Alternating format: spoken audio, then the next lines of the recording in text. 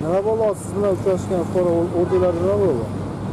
24 sotyapti xolos. 39 mingga kelishdik. 25 ming oldindan beradigan, 14 mingni keyin beradigan bo'ladi. Andijon viloyati Ichki ishlar boshqarmasi tezkor qidiruv xizmati, Davlat xavfsizlik xizmati hamda iqtisodiy jinoyatlarga qarshi kurashish departamentining Andijon viloyati boshqarmasi xodimlari hamkorligida fuqaroning murojaati asosida o'tkazilgan tezkor tadbir davomida yer savdosi bilan bog'liq firibgarlik holatiga chek qo'yildi.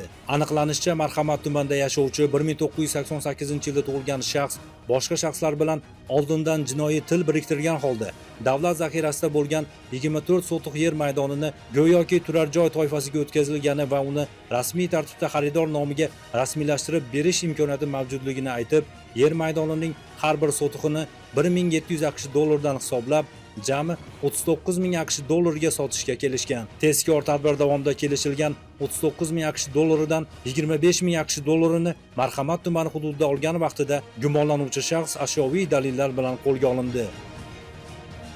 Mazkur holat yuzasidan O'zbekiston Respublikasi Jinoyat kodeksining 168-moddasi 4-qismi A bandi bilan jinoyat ishi qo'zg'atilib, hozirda tergov harakatlari olib borilmoqda. Eslatib o'tamiz, yer munosabatlariga oid barcha masalalar qonunchilikda belgilangan tartibda hal etiladi. Yer maydonini ajratish, sotish yoki rasmiylashtirishni va'da qilib, moddiy manfaat talab qiluvchi shaxslarning xatti-harakatlari qonunga zid hisoblanadi va bunday holatlarga nisbatan huquqiy choralar ko'riladi.